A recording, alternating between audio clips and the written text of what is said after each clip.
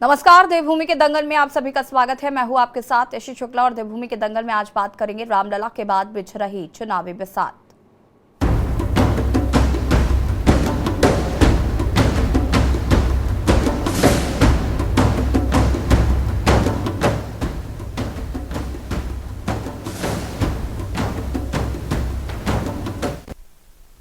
लोकसभा चुनाव को जीतने के लिए उत्तराखंड में चुनावी बिसात मचने लगे हैं। भाजपा, कांग्रेस समेत तमाम दल इस दंगल को जीतने का दावा कर रहे हैं।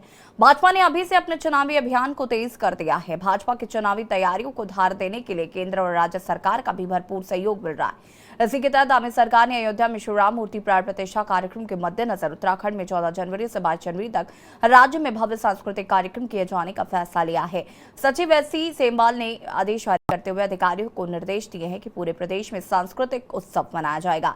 आम जनमानस की सहभागिता से कलश यात्रा और झांकियों का आयोजन किया जाएगा। वहीं उत्तराखंड भाजपा ने इन तैयारियों के बीच अपने बड़े नेताओं की रैलियों के कार्यक्रम भी तय करने शुरू कर दिए हैं। लोकसभा चुनाव की आचार संहिता लागू होने से पहले उत्तराखंड में प्रधानमंत्री मोदी की 3 रैलियां होंगी। साथ ही 1 दर्जन अन्य नेताओं के कार्यक्रम भी तय किए जा रहे हैं। माना जा रहा है कि जनवरी अंत से उत्तराखंड में पार्टी के शीर्ष नेताओं की जनसभाएं शुरू कर दी जाएंगी। फिलहाल करीब 16 रैलियां करने का निर्णय लिया गया है। इसमें से 3 रैलियां प्रधानमंत्री मोदी की होंगी, जबकि 13 अन्य रैलियों में केंद्रीय गृह मंत्री अमित शाह, रक्षा मंत्री राजनाथ सिंह, उत्तर प्रदेश के मुख्यमंत्री योगी आदित्यनाथ सहित अन्य बड़े नेता जनता को संबोधित करेंगे। पार्टी नेताओं का कहना है कि इन रैलियों के जरिए भाजपा आचार संहिता लगने से पहले पार्टी के पक्ष में माहौल बनाएगी। वहीं विपक्षी दलों का कहना है कि जनता अब कांग्रेस नरेंद्र मोदी की बातों में नहीं आने वाली है और कांग्रेस समेत तमाम विपक्षी दल सरकार की घेराबंदी की तैयारी में लगे हुए हैं। इसी के तहत कांग्रेस जहां अंकिता मामले में न्याय यात्रा निकालेगी, तो दूसरी तरफ बेरोजगारी, महंगाई, गन्ना किसानों और कर्मचारियों समेत विभिन्न मुद्दों को लेकर विपक्ष सरकार की घेराबंदी की तैयारी कर रहा है। देखिए रिपोर्ट।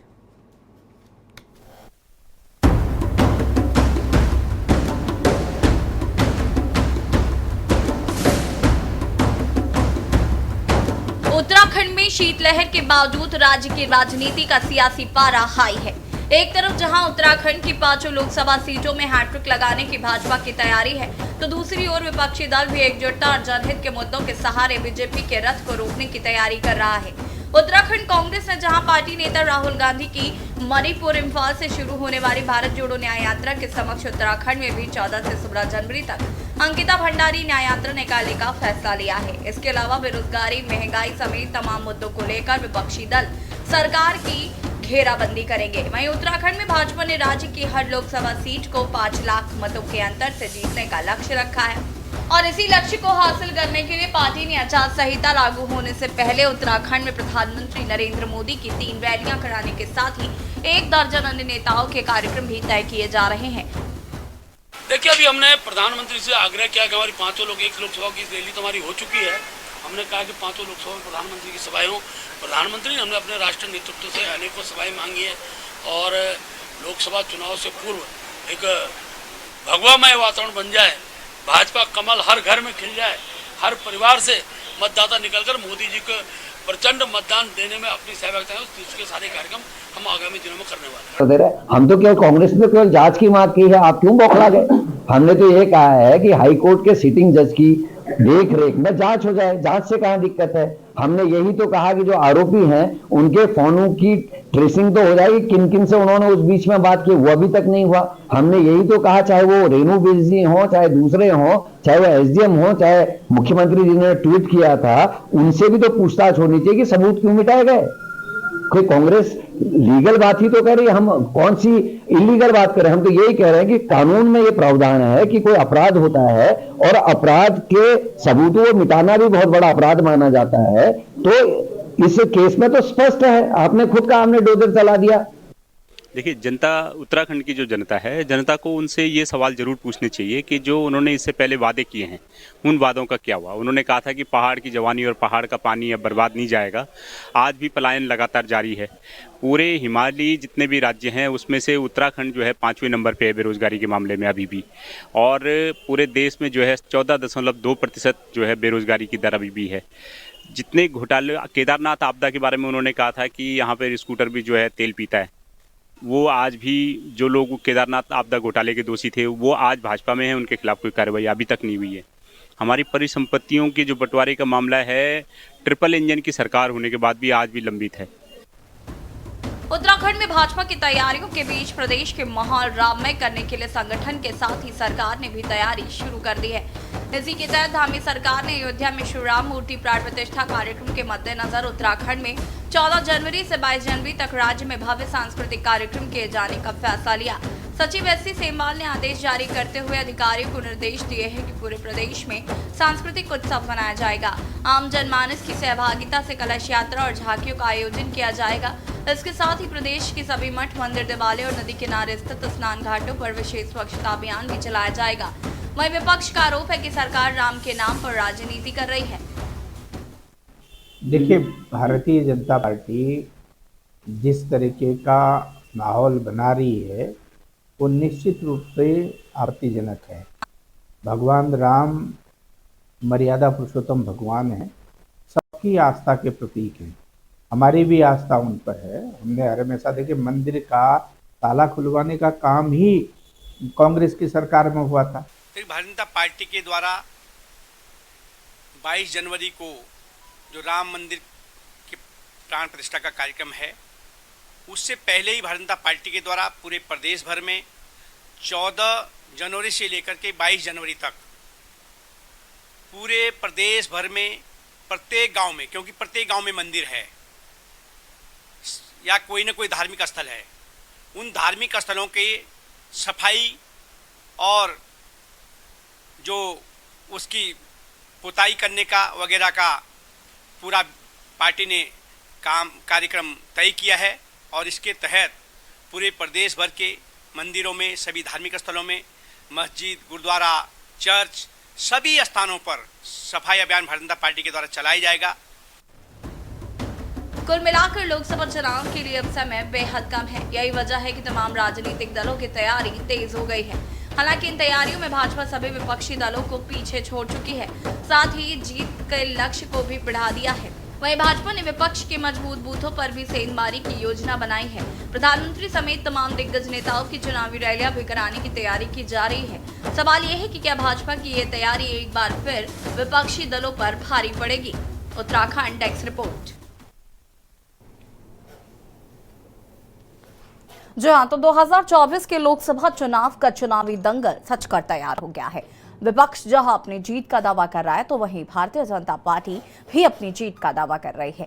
एक और जहां अगर हम उत्तराखंड की बात करें तो सत्ता पक्ष इस वक्त उत्तराखंड में राममय माहौल क्रिएट करना चाहती है और इसका फायदा कहीं न कहीं लोकसभा चुनाव में लेना चाहती है। विपक्ष के पास कई मजबूत और अहम मुद्दे हैं जिनको लेकर वो सरकार की घेराबंदी करना चाहती है। आज इसी पर चर्चा करेंगे। मेहमान हमारे साथ जुड़ चुके हैं, उनसे आपका परिचय करा देते हैं।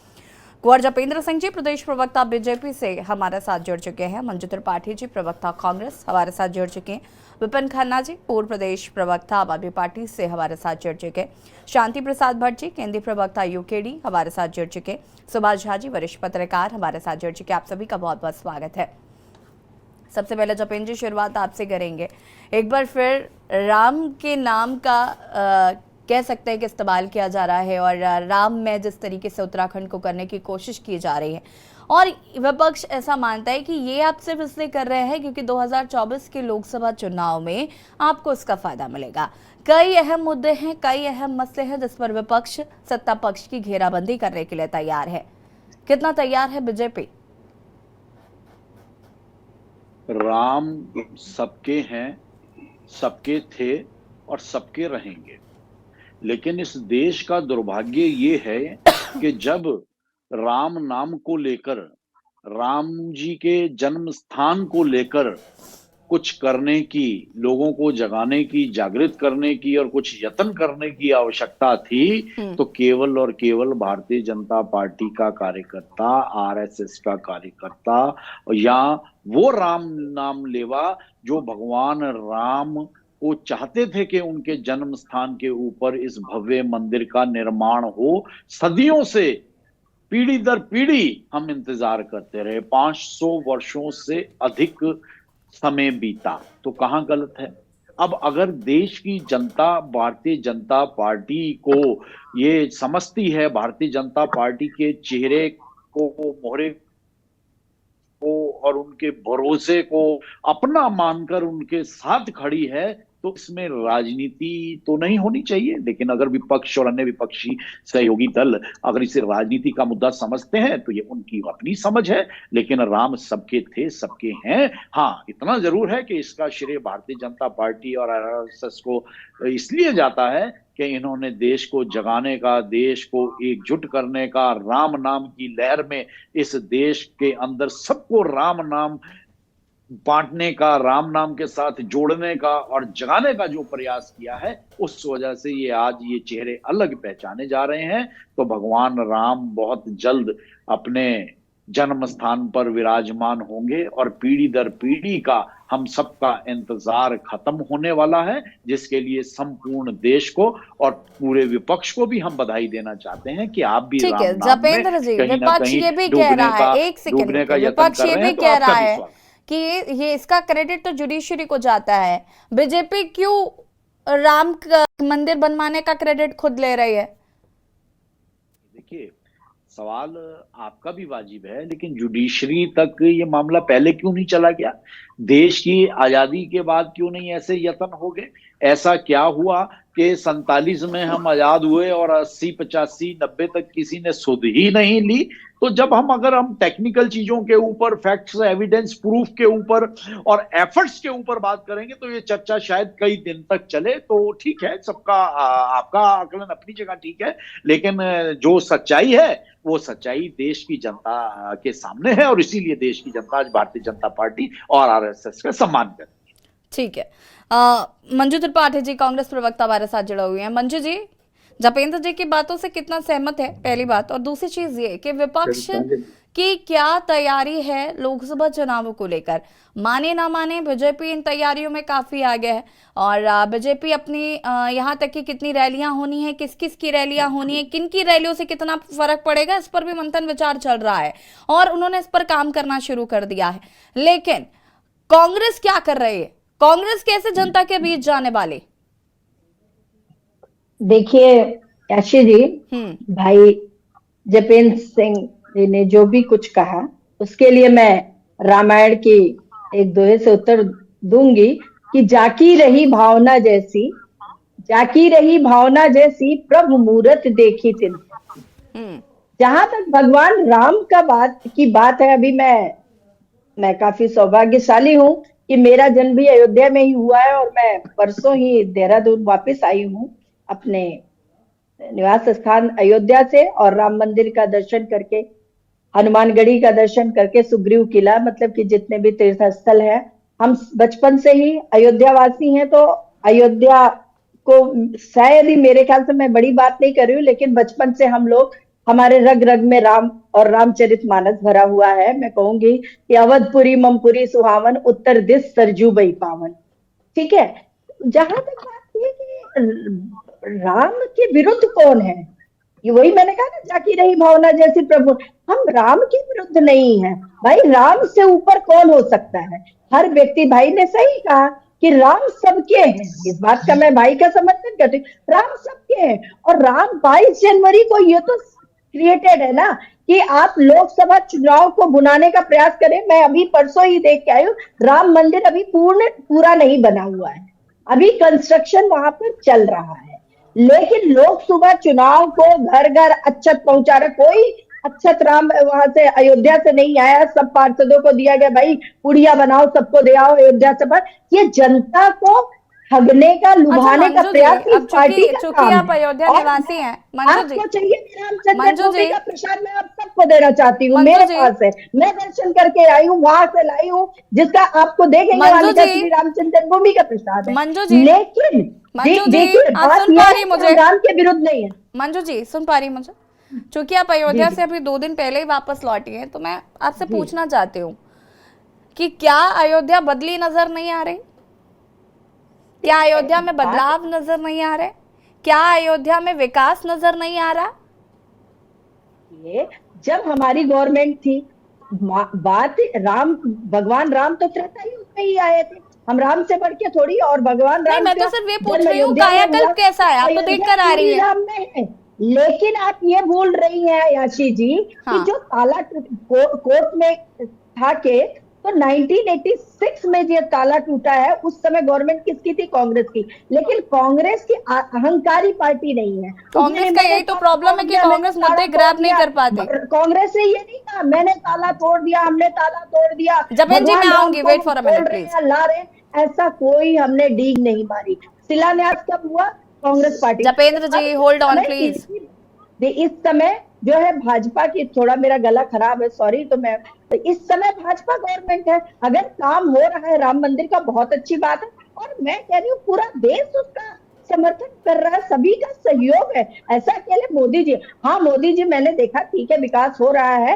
आपको बता दूं विकास वहां के स्थानीय लोगों को ठगने का काम, क्योंकि मैं स्वयं देख के आई हूँ, वहां की जनता नाराज है अयोध्या की। कह रहे थे कि हमें तो ठगने का काम किया जा रहा है, स्थानीय लोगों को लिया ही नहीं गया है। वहां पर सारे गुजराती मोदी और अमित शाह के लोगों को ठेका दिया गया है और अयोध्या को कैप्चर किया गया है। वहां के स्थानीय लोगों को खाली और खाली सिर्फ और ठगने का काम किया है। यही कारण आप देख रही हैं कि हिंदू धर्म के मालिक चारों शंकराचार्य जो हमारे धर्म गुरु हैं, उन्होंने अयोध्या जाने से मना कर दिया। कितनी विडंबना है और कितना हमारे आहत हो रहे हैं हम कि धर्म गुरुओं को एक व्यक्ति आप साथ ला सकते, धर्म गुरुओं को आप इंस्ट्रक्शन दे रहे हैं। चलिए ठीक है मंजू जी वापस आएंगे। जपेन जी फटाफट अपनी बात को पूरा करिएगा, फटाफट। जपेंद्र जी सुन पा रहे हैं क्या आप? जी बताएं। ठीक है, जपेंद्र जी तक शायद आवाज नहीं पहुंच पा रही है। विपिन खन्ना जी।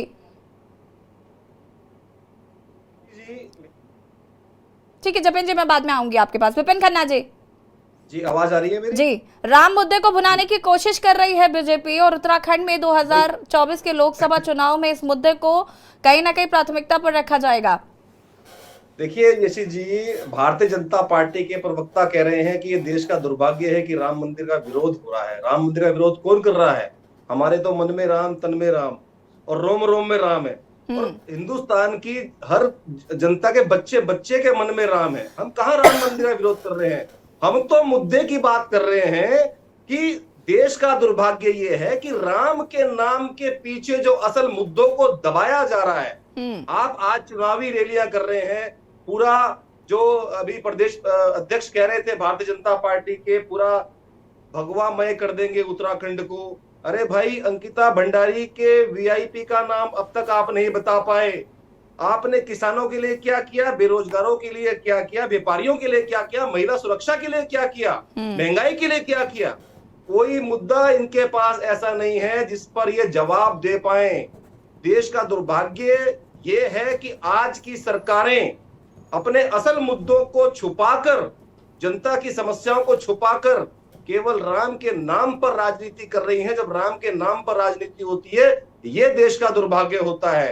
क्योंकि आप शिलान्यास करने जा रहे हैं, प्राण प्रतिष्ठा करने जा रहे हैं मंदिर की, जबकि मंदिर का काम अभी अधूरा है। उसके बाद आपको इतनी जल्दी क्या है? अगर आपने देश के लिए काम किया है, आपने किसान के लिए काम किया है, बेरोजगार के लिए काम किया है, महिला सुरक्षा के लिए काम किया है, महंगाई के लिए काम किया है, फिर राम के नाम की माला क्यों जप रहे हैं? राम के पीछे क्यों छुप रहे हैं? आप सामने आके बताइए, आपको क्यों जरूरत पड़ रही है रैलियां करने की? क्यों जरूरत पड़ रही है ये बताने की कि भारतीय जनता पार्टी की सरकार ने ये काम किए हैं? कहिए ना, आप खुल के कहिए, मुद्दों पे बात करिए। उत्तराखंड की पानी और उत्तराखंड की जवानी आज भी बर्बाद है। आप पलायन रोक नहीं पाए, आप असल में भू अध्यक्ष देश ला नहीं पाए, असल मुद्दों पर आप बात करने को तैयार नहीं है। केवल कह रहे हैं राम राम राम। राम तो सबको पता है, राम तो सभी के हैं, राम मेरे भी हैं, राम आपके भी हैं। लेकिन असल बात जब मुद्दों की होती है तो मुद्दों से जो भागने का काम भारतीय जनता पार्टी कर रही है, और उत्तराखंड ही नहीं पूरे देश में इन्होंने जो ड्रामा रचा है राम मंदिर के नाम पर।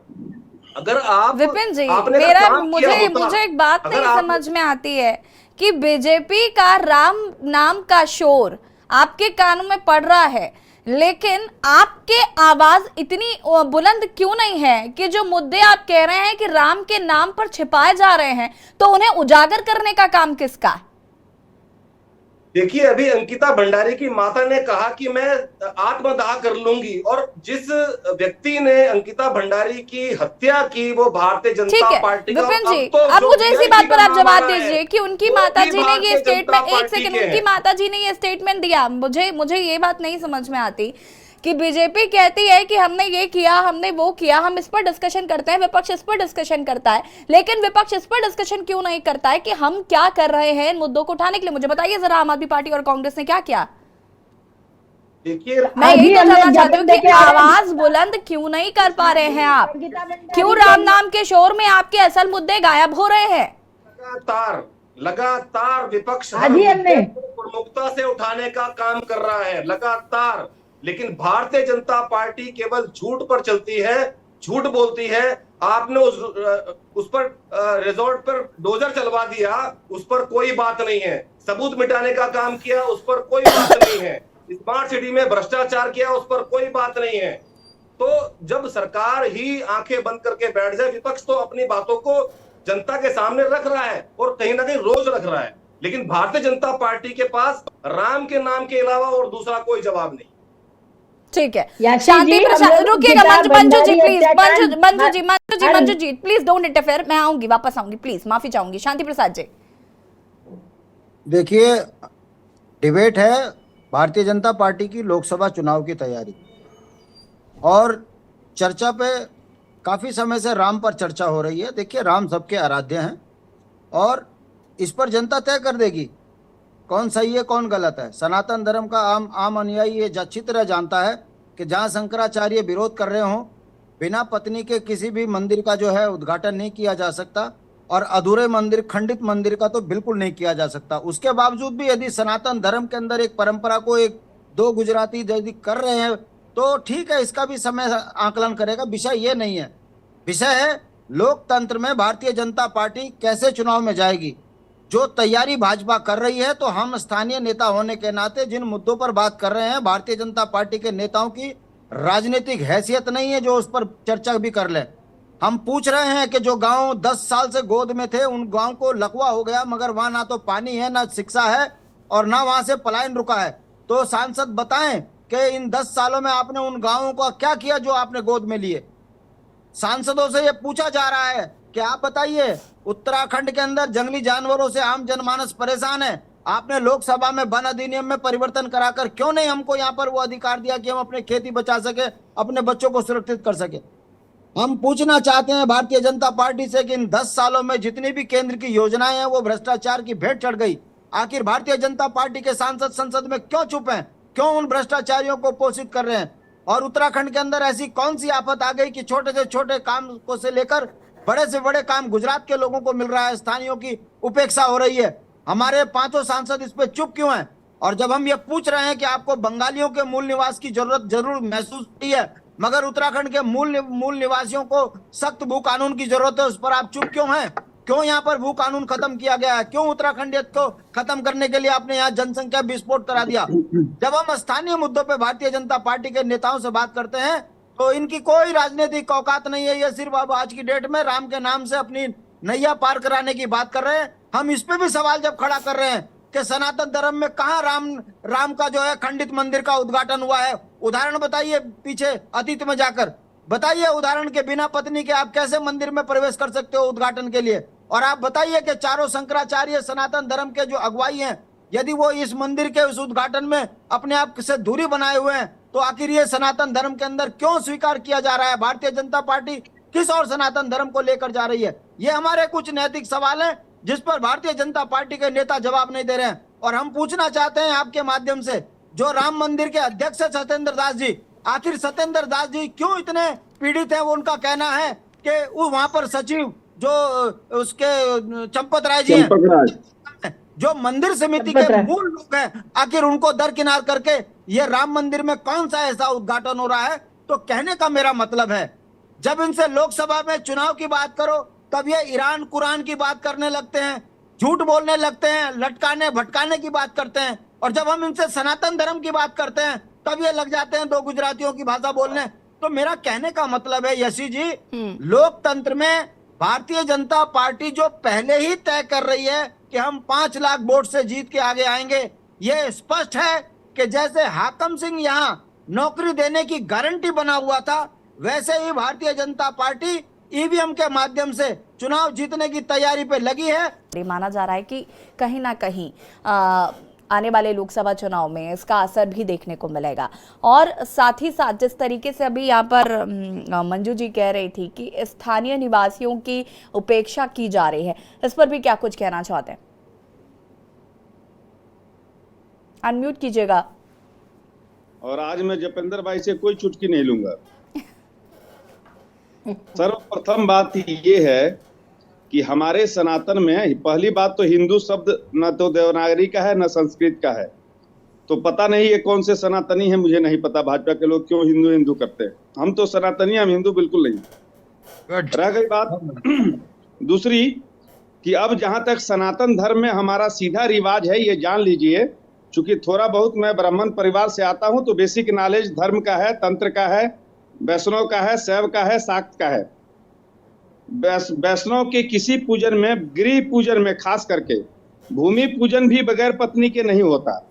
गृह पूजन तो दूर की बात है, ये राम भगवान का गृह पूजन हो रहा है तो बगैर पत्नी के कैसे हो रहा है?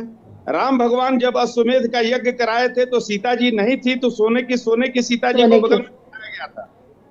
ये हमारा शिष्टाचार है और ये हमारी मातृशक्ति के प्रति हमारी बाध्यता है और मातृशक्ति के प्रति हमारा सम्मान है। दोनों चीज हमारी धार्मिक, ये अनुशासन भंग करके ये राम मंदिर हो रहा है, एक बात। दूसरी बात, सनातन के चारों पीठ के जो शंकराचार्य हैं वो सनातन के सबसे बड़े गुरु माने जाते हैं। ये चारों गुरु ने आने से इनकार कर दिया, तो पहला सवाल तो इसी पर उठता है। अब आदि ये चंपक राय जी पर आते हैं। चंपक राय जी, भूमि घोटाला अयोध्या में उनका नाम आया, बड़ी सुर्खियों में रहा, उस पर जांच हुआ, क्या हो रहा है अलग मसला है, कुछ नहीं। लेकिन अभी उनका एक दिन पहले चंपक राय जी का बयान आया कि चंपक राय जी ने कहा कि ये शैव का और शाक्त का और फलाने का ढिमकाने का ये मंदिर नहीं है, ये रामाचार्य संप्रदाय का ये मंदिर है। यानी कि बड़े कायदे से उन्होंने राम का बंटवारा कर दिया कि राम जो है रामाचार्य जी के हैं और मंदिर पर आधिपत्य उनका है। चलिए मान लेते हैं कि रामाचार्य संप्रदाय का है, तो आप ये बताइए कि रामाचार्य संप्रदाय में भाजपा के अध्यक्ष नड्डा जी आते हैं क्या? रामाचार्य संप्रदाय से क्या आरएसएस के संघ प्रमुख आते हैं, संघ के प्रमुख आते हैं क्या? रामाचार्य संप्रदाय से क्या मोदी जी आते हैं क्या? तो अब सवाल ये उठता है। दूसरी बात, जो बार बार ये भाजपाइयों द्वारा प्रचार किया जा रहा है कि राष्ट्राध्यक्ष के नाते मोदी जी जो है जाकर के वहां मंदिर में पूजन करेंगे, तो ये बताइए कि कौन से सनातन में कहाँ लिखा है कि किसी राष्ट्र का अध्यक्ष जो है वहां पूजा करेगा? और राष्ट्राध्यक्ष का मतलब राजा, अगर राजा से ही तुलना प्रधानमंत्री प्रधान सेवक है, राजा नहीं। अगर राजा ही मान ले तो इस देश की प्रथम नागरिक जो है महामहिम राष्ट्रपति हैं, मोदी जी उसमें भी नहीं आते, एक बात। अब दूसरा, कायदे से देखिए, जितने कार सेवक मरे थे वो मैक्सिमम लोग गुजरात, उसमें से गुजरात और महाराष्ट्र के लोग नहीं थे, लेकिन पूजन करने वाले लोग ना तो कोई मिथिला का है, ना तो कोई अयोध्या का है, ना कोई पूर्वी उत्तर प्रदेश का है। मंदिर उनका, मरे वो सबसे ज्यादा कार सेवक ने जान गंवाई वहां के, लेकिन पूजन कौन कर रहा है? महाराष्ट्र और गुजरात के लोग। और एक जो जिनका नाम आया है लक्ष्मीकांत वाजपेयी, वो लक्ष्मीकांत वाजपेयी भी महाराष्ट्र मूल के व्यक्ति हैं जो बनारस में घर बना करके रह रहे हैं और वहां के किसी कॉलेज में प्रचार हैं। अब समझिए ये गठजोड़ जो है, ये जो गठजोड़ है महाराष्ट्र और गुजरात का, मैं बार बार टेलीविजन पर भी कहता रहा हूं कई बार, जहां भाजपा और शिवसेना की लड़ाई नहीं है, ये लड़ाई महाराष्ट्र और गुजरातियों के डोमिनेशन की है और बाकी से सारे देश के लोग तमाशा देखने के लिए बैठे हुए हैं और हम जय श्री राम के नारे लगाने के लिए बैठे हैं, एक बात। अब दूसरी बात पे मैं आता हूं, हमारे मुंह में कब जय सिया राम से जय श्री राम डाल दिया गया ये हमें पता ही नहीं चला, क्योंकि रामानंद सागर जी तो हमारे पूरब के थे नहीं, सीता हमारे यहाँ की, राम हमारे यहाँ के, हम तो जय सिया राम वाले हैं भाई। हमारे मुंह में कब से तुमने जय श्री राम डाल दिया? सीधी बात है, ये तो हमारा समीकरण था। मिथिलांचल की सीता जी थी, अवध के राम जी थे और लौ कुछ भोजपुर के थे, चंपारण में वाल्मीकि नगर है। ये तो हमारा समीकरण था ना, ये हमारा ताना बाना था। आपने हमारे ताने बाने को बड़े कायदे से तोड़ा और बड़े कायदे से इस बीच में घुसा और आपने एक सीरियल बनाया और उस सीरियल के माध्यम से जय श्री राम का उद्घोष जब जय श्री राम में बदल दिया गया, ये किसी को पता नहीं चला। और हमारे पूर्वीय भाई और हमारे यहाँ उत्तर गैर गैर महाराष्ट्र और गुजरात के भाई सबके मुंह में डाल दिया गया जय श्री राम। राम ने सीता को वचन दिया था, रामायण को पढ़िए, उन्होंने कहा था कि बगैर सीता के इसके बाद जो मेरा जपेंद्र नाम जी है, मैं जवाब उसका आपसे फल ही नहीं लेंगे। दूंगा। इसीलिए हनुमान जी कभी छाती फाड़ते हैं तो राम नहीं दिखते, सीता के साथ राम दिखती है। ठीक है, ये है हमारा राम, ये है हमारा चाल और चरित्र, और ये है हमारा रामायण, और ये है हमारी सामाजिकता, और ये हमारा सनातन का बोध है राम के प्रति। ये राम के धंधेबाज लोग हैं, इनका राम से कोई लेना देना नहीं।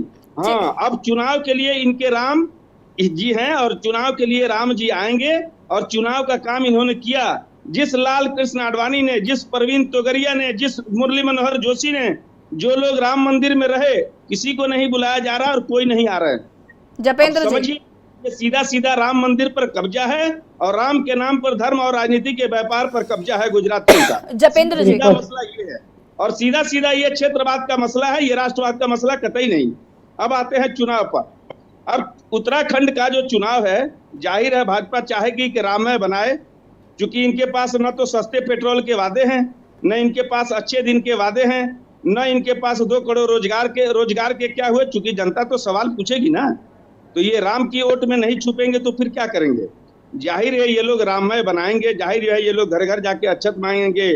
जिस तरह 1 ईंट और 1 रुपये मांगे गए थे, आप लोगों को याद है? आप लोग भूल गए उन पैसों? बिल्कुल याद है। का क्या हुआ ये भी किसी को पता नहीं। दूसरी बात, जब भूमि पूजन और जब राम जी का किस बात के लिए राम जी का वहाँ मूर्ति स्थापना होगा, किस बात की? राम जी 1949 से वहाँ पूजे जाते हैं, ये सरकार ने लिख करके दिया है सुप्रीम कोर्ट में, और 1949 से उसके पूजन के लिए भारत सरकार पैसे देती है। तो वहाँ एक बार विसर्जन हुआ उस राम का, जिस राम की मूर्ति वहाँ थी, उस राम के मूर्ति का विसर्जन हुआ कि स्थापना होगा? राम तो वहाँ है ही, तो फिर किस बात की स्थापना हो रही है, हमें ये नहीं समझ आ रहा। ठीक है, सुभाष जी तब होती है ना जब वहाँ कोई ना हो। सुभाष जी समझिए बात को, जब वहाँ कोई ना हो, ये धर्म में ये लोग अराजकता फैलाने वाले लोग हैं, इनका धर्म से कोई लेना देना नहीं। ठीक है सुभाष जी, इसीलिए आज लोग नहीं आ रहे हैं। मूल बात यहाँ है, राम की स्थापना बार बार मूर्ति स्थापना नहीं होती, जान लीजिए। हम लोग जो 1 दिन के लिए पूजा करते हैं ना, 9 दिन के लिए पूजा करते हैं दुर्गा जी का, 1 दिन के लिए पूजा करते हैं सरस्वती जी का, तो उनका आवाहन करते हैं या गच्छ आतिष्ठ, और फिर उनको स्वस्थानम गच्छ करते हैं। तो भगवान राम का स्वस्थानम गच्छ उस मूर्ति का हुआ क्या? कभी नहीं हुआ, ना कभी होगा। तो जब परमानेंट के लिए वो मूर्ति स्थापित किया गया है 1949 से, हम बता रहे हैं, हमने हलफनामा दायर किया भारत सरकार ने कि वहां से पूजन हो रहा है, और उसी आधार पर न्यायालय ने फैसला दिया, तो फिर किस बात की रामलला के वहां मूर्ति ठीक है सुभाष जी वापस आएंगे आपके पास। जपेंद्र जी, अब सुभाष जी मैं वापस आती हूँ। जपेंद्र जी, आपके बीच में बिल्कुल नहीं टोका, अब शांति से सुनिए। वार्तालाप जब पूरा हो जाएगा उसके बाद फिर आप शुरू हो जाएंगे। जपेंद्र जी का वॉल्यूम थोड़ा बढ़ा दीजिए। आज जाने अनजाने में झा जी ने कार सेवकों की कुर्बानियां और उन सब का बहुत बड़ा अपमान किया। आज घर घर में जो कार सेवक थे, जिनके जो वहां शहीद हुए, जो कुर्बान हुए, आज उन सब के परिवारों में, घरों में हर्ष की लहर है। उनके कितने लोग आ रहे हैं? हमने अभी देखिए, फिर आप बीच में बोलने लगे। आप बाद में बोलिएगा, आपको बोलना पड़ेगा। जब हम बोलना बंद करेंगे तो आपकी मजबूरी हो जाएगा बोलना।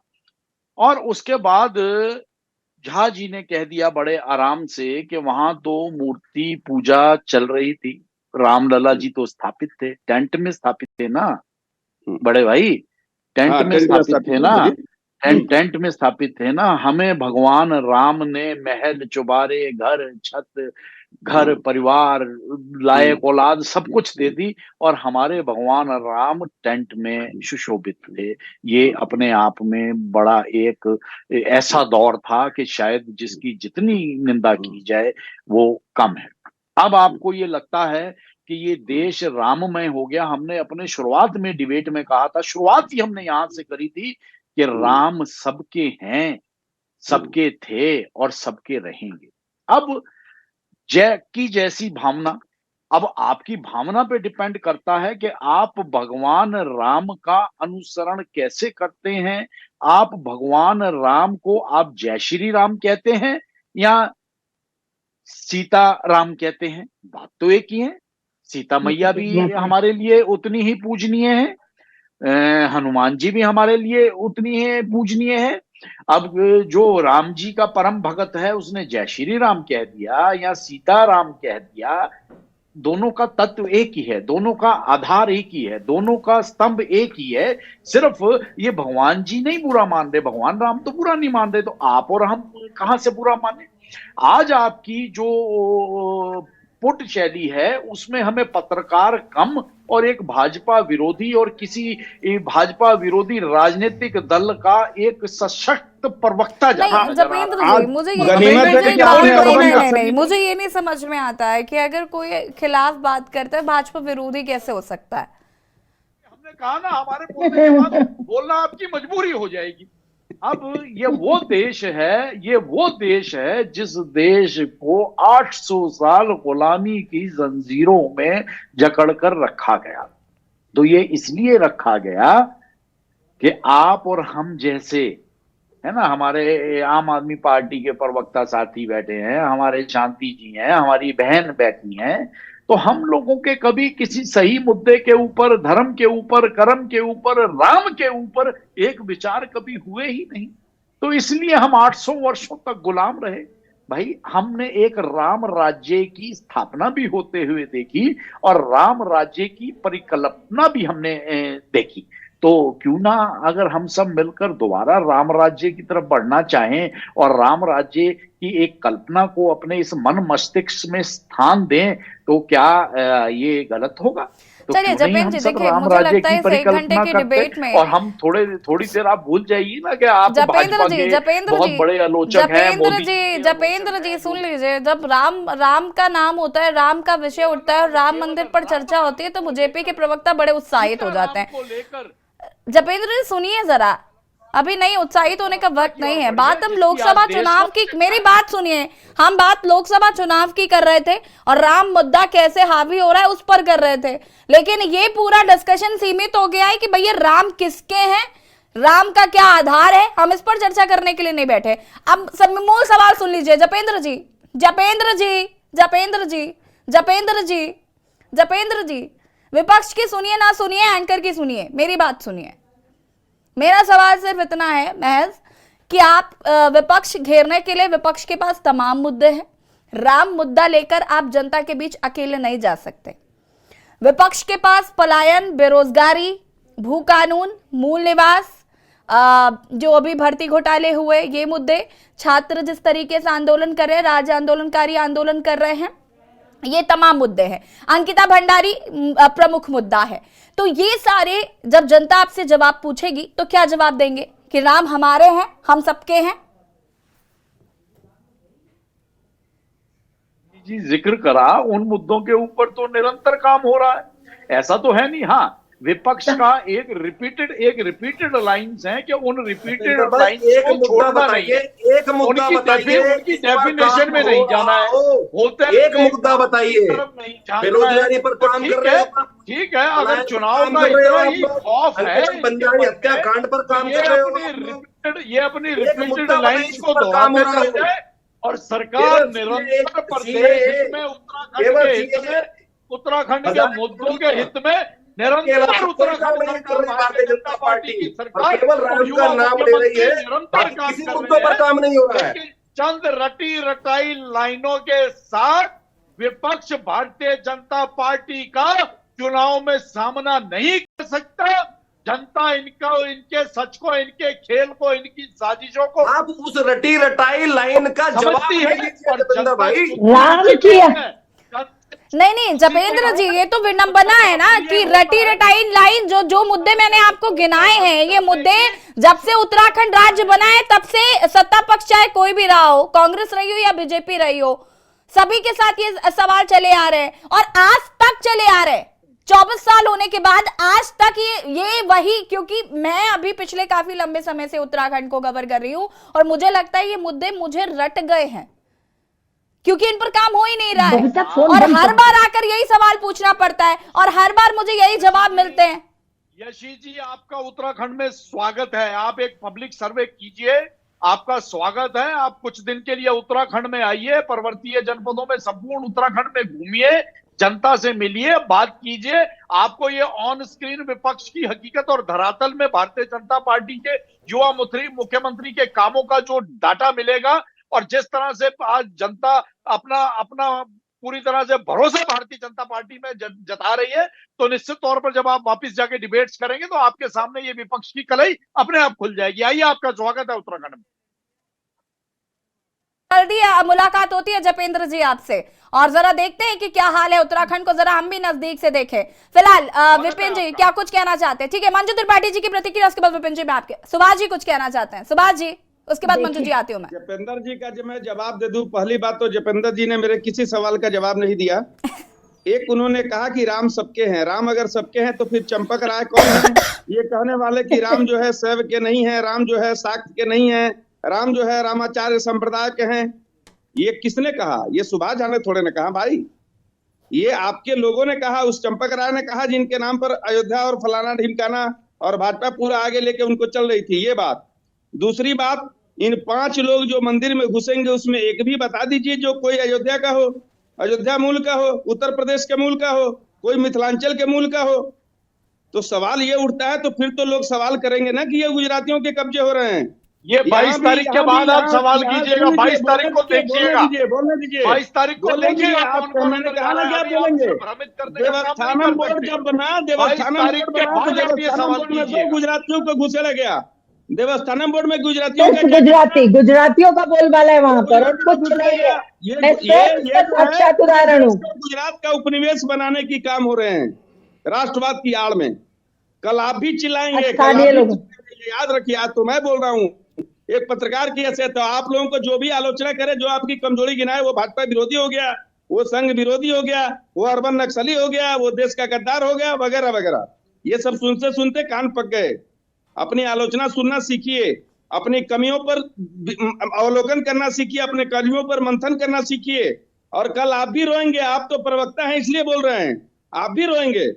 मंजू त्रिपाठी जी, ठीक है, सुभाष जी वापस आते हैं। मंजू त्रिपाठी जी, देखिए, जो बात मैंने पहले ही आपके चैनल के माध्यम से कहा कि वहां पर सिर्फ बिजनेस को गुजरातियों ने मिलके, ये मोदी जी और अमित शाह, इन लोगों ने सारी वहां के स्थानीय लोगों को ठगने का कहा। मैं बताती हूँ, मैं परसों वहां से अयोध्या देखो, बोले हमें तो कुछ नहीं है, कंप्यूटर ऑपरेटर तक की जॉब यहाँ के स्थानीय लोगों को नहीं दिया है। चंपक राय जी की अपनी चल रही है, अमित शाह जी की अपनी चली, वहां के मेयर को कोई नहीं सुन रहा है, जो कि जिनके पूरे पूर्वजों ने अयोध्या में अपना समय दिया है। तो इस तरह से सिर्फ और सिर्फ, जैसे बोलते हैं, हैक कर लिया गया है अयोध्या को, इन लोगों ने कैप्चर कर लिया है। अपनी रोटी सेकने का काम ये सरकार करे उसको। और जैसे भाई सुभाष झा जी ने अभी कहा कि क्या बोलते हैं, बिना पत्नी की तो पूजा हो नहीं। भगवान राम से प्रश्न उठा दिया था राजगुरुओं ने, वशिष्ठ जी ने, विश्वामित्र जी ने, कि आप दूसरा विवाह करिए। पर भगवान राम ने कहा कि नहीं, मैं दूसरा विवाह तो नहीं कर सकता, क्योंकि मैंने सीता जी को वचन दिया है कि राम सिर्फ सीता का है। तो उन्होंने कहा कोई तो शास्त्रों में उपाय होगा जिससे मैं पूजा कर सकूं। तो उन्होंने कहा सोने की सीता जी बना के पूजा। लेकिन मोदी जी भगवान राम को सब क्यों पूछते हैं? क्योंकि उन्होंने अपनी पत्नी के स्वाभिमान की रक्षा के लिए समुद्र तक को चैलेंज कर दिया था, समुद्र से रास्ता मांगकर लंका पर चढ़ाई की, और अपनी पत्नी के सम्मान को। लेकिन मोदी जी तो ये सारे में भी नहीं दिखते हैं, तो वो क्या ढींग मारते हैं? ये सिर्फ व्यापार किया जा रहा है, कुछ नहीं। और भगवान राम की बात है, झा जी ने बिल्कुल सही किया। क्या आपने उस मूर्ति को विसर्जित किया जो स्थापित कर रहे हैं? आप बोले 22 तारीख को दिवाली। अरे भाई, दिवाली तो हम सनातनी लोग हैं, हम अयोध्या वासी हैं। त्रेता युग में जब भगवान राम आए थे अयोध्या से, लंका से वापिस अयोध्या, तब से हम दिवाली मना रहे हैं, तब से माता लक्ष्मी का, और हम तब से सीता जी करे।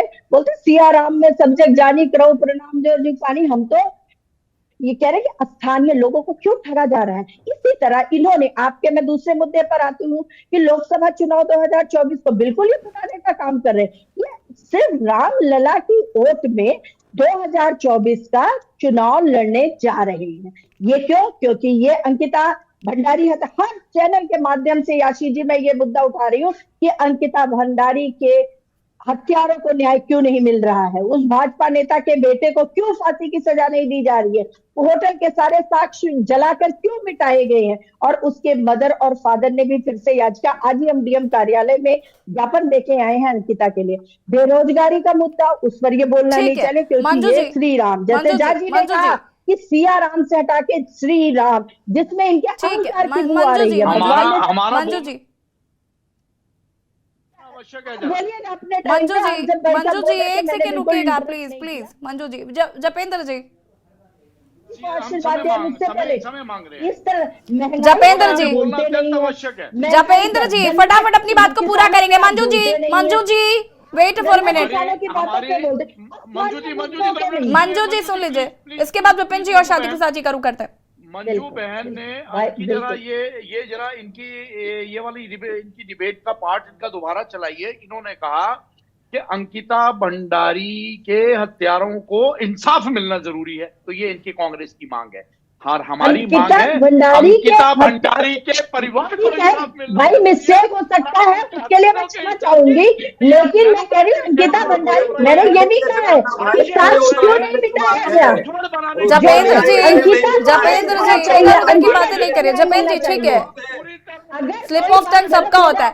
सुनिए जपेंद्र जी भंडारी की कुर्बानी के ऊपर उनके परिवार को मोहरा बनाकर जो है खेल खेल रही है, ये शर्मनाक है। उत्तराखंड की धरती और ये शर्मनाक नहीं है कि अंकिता भंडारी की माता जी कह रही है सत्ता पक्ष में आप हैं, आपको शर्म आनी चाहिए। Japendra ji, Manju ji wait for a minute please.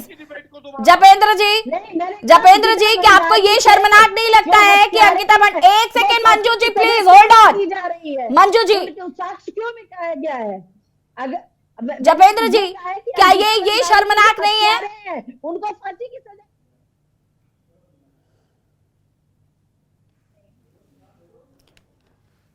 Japendra जी सुन पा रहे हैं आप मुझे? जी। क्या ये शर्मनाक नहीं है कि अंकिता भंडारी की माताजी आत्मदाह की करने की बात कर रही हैं? सत्ता पक्ष में आप हैं, तो क्या ये आपकी जिम्मेदारी नहीं है? भारतीय जनता पार्टी ने पूरी निष्ठा ईमानदारी से सरकार और संगठन ने उस काम को किया है।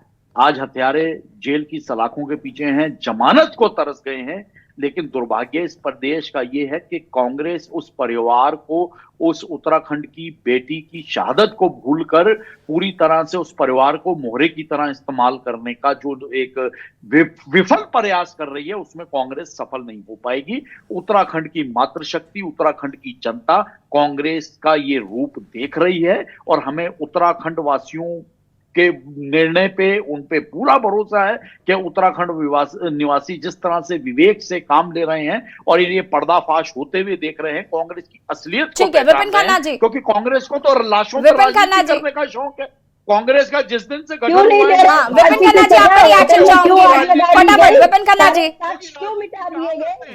ये पूरी तरह से मुद्दों के साथ मैदान में आके, ठीक है विपिन खन्ना जी, ये तो लाशों के ऊपर राजनीति करने वाला दल है। वो भाजपा अपने चाल चरित्र और चेहरे को बता रही है। गोधरा कांड आप भूल गए, गोधरा कांड आप भूल गए। विपिन खन्ना जी अब अपनी बात को पूरा करिए प्लीज। जपेंद्र जी और मंजू जी रुक जाइए जरा, और भी लोग हैं हमारे पास पैनल में। विपिन खन्ना जी, यशी जी अभी आपने बिल्कुल ठीक कहा कि बहस हमारी चल रही थी लोकसभा चुनाव को लेकर, और ये राम मंदिर पे क्यों चलेगी। राम मंदिर में इसलिए चलेगी कि ये जो फर्जी हिंदू बने फिर रहे हैं भारतीय जनता पार्टी के लोग, जो ये कहते हैं कि देश आजाद होता अगर राम पर चर्चा हो रही होती, ये उन क्रांतिकारियों को अपमान करने पर भी आज नहीं चूक रहे हैं। इतनी इन्हें सत्ता की भूख लगी है। ये कहते हैं रामराज। अरे रामराज में जब बलात्कारियों को स्वागत किया जाता है, बलात्कारियों का स्वागत भारतीय जनता पार्टी के लोग करते हैं। के बलात्कारी जिन लोगों को मालाएं बनाकर उनका आप स्वागत करते हैं, ऐसा रामराज आप इस दीपेंद्र भाई किस किस का मुंह बंद करेंगे? सच्चाई से क्यों मुकर आप क्यों छुपाना चाह रहे हैं? सच्चाई को क्यों छुपाना चाह रहे हैं? स्थानीय जो बातें हैं उनका जवाब रटाया दीजिए ना। रोजगार पर दीजिए जवाब, 15 लाख पर दीजिए जवाब, किसानों की शहादत पे दीजिए जवाब। दीजिए क्या जवाब। किया किसानों के लिए, क्या किया बेरोजगारों के लिए, क्या किया आप लोगों को क्या जवाब किया देने महिला के लिए उत्पीड़न के लिए। तैयार बैठी आज आपके है। भारतीय जनता पार्टी के लोग महिला उत्पीड़न में फंस रहे हैं। आप सब लोगों को दीजिए जवाब। देने के ठीक है, लिए शांति प्रसाद तैयार भट्ट जी बैठी का है। रिएक्शन ले लेते हैं फटाफट। शांति प्रसाद जी। सिर्फ इतना ही कहूंगा कि लोकसभा चुनाव में भारतीय जनता पार्टी को स्थानीय मुद्दों पर जवाब देना पड़ेगा। 10 साल कम नहीं होते। 10 साल में उत्तराखंड की जो दुर्गति हुई है उससे भारतीय जनता पार्टी अपने आप को छुपा नहीं सकती। रही बात राम की, तो राम का जो चरित्र रहा है, यदि वो पुरुषोत्तम राम बने हैं, उसका अंश मात्र भी भाजपा में होता तो आज ये राम मंदिर के नाम पर सनातन धर्म को जो है इस तरीके से कलंकित नहीं करते। दूसरा उदाहरण है कि राम ने सीता के लिए दुष्टों का नाश किया, लंका दहन करी, और इधर ये बता नहीं पा रहे हैं कि इन्होंने पत्नी का क्यों परित्याग किया। बहुत बड़ा देश सवाल है, की बहुत रक्षा बड़ा की संदेश खातिर है। दुष्टों ये का नाश कर रहे समझने हैं। वाली बात है। और जिस भारतीय तरीके से जनता पार्टी शंकराचार्यों ने राष्ट्रपिता के मंदिर में सम्मान के लिए, उद्घाटन का भारतवर्ष के सम्मान के लिए दुष्टों को स्पष्ट है। सबक सिखाने का काम कर रही है। तमाम भ्रष्टाचारियों को सबक धर्माचार्य सिखाने का काम कर रही भारतीय है। जनता पार्टी के अत्याचारियों को सबक बुनियादियों सिखाने का चलिए, काम ठीक कर है। रही है। प्रणाली देश से नहीं की नहीं, रक्षा हम ये के उम्मीद लिए। करते हैं कि इस कारण कांग्रेस हो या फिर यूकेडी हो या फिर आम आदमी पार्टी हो, विपक्षी दल जो है वो लोकसभा चुनाव में जरूर जो अहम मुद्दे हैं उनको उठाएंगे। साथ ही साथ सत्ता पक्ष जिस तरीके से तैयारियों में आगे है, या राम नाम का जिस तरीके से लगातार जिक्र किया जा रहा है, और जनता के बीच कैसे इन सवालों का जवाब देंगे वो भी फिलहाल देखना होगा। आप सभी का बहुत बहुत शुक्रिया चर्चा में शामिल होने के लिए। देवभूमि के दंगल में आज हम बात कर रहे थे रामलला के बाद बिछ रही चुनावी बिसात, जिस तरीके से राम में उत्तराखंड को फिलहाल करने की कोशिश की जा रही है, और उसके बाद लोकसभा चुनाव में कहीं ना कहीं राम का मुद्दा हावी हो सकता है। साथ ही साथ जो स्थानीय मुद्दे हैं उनको विपक्ष लगातार उठाने की कोशिश कर रहा है और सरकार की घेराबंदी करने की कोशिश कर रहा है। देवभूमि के दंगल में फिलहाल इतना ही। देखते रहिए के न्यूज़ ज़रिया। नमस्कार।